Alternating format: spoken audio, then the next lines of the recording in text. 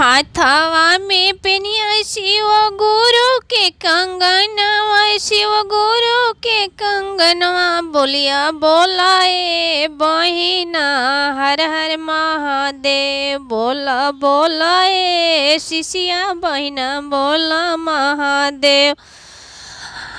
मंदिर में बोली हो शिव चर्च में बोली हो, मंदिर में बोली हो शिव चर्च में बोली हो, चर्च में बोलिया बोला बोलाए बहिना हर हर महादेव, बोला बोलाए बहिना हर हर महादेव।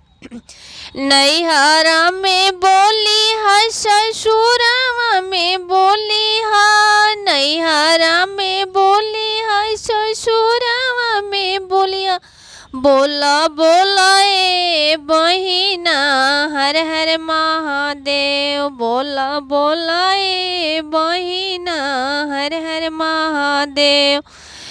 घरवा में बोली है अंगनवा में बोली है, घरवा में बोली है अंगनवा में बोलिया बोला बोलाए बहिना हर हर महादेव, बोला बोलाए बहिना हर हर महादेव। हाथवा में पेनला शिव गुरु के कंगनवा, शिव गुरु के कंगनवा, बोला बोलाए बहिना हर हर महादेव, बोला बोलाए बहिना हर हर महादेव।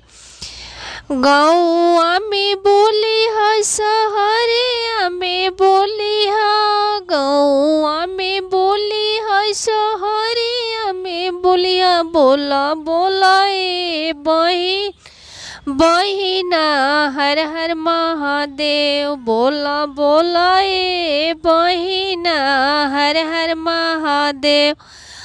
हाथवा में पेनिया शिव गुरु के कंगनवा हो, गुरु के कंगनवा, बोला बोलाए बहिना हर हर महादेव, बोला बोलाए बहिना हर हर महादेव।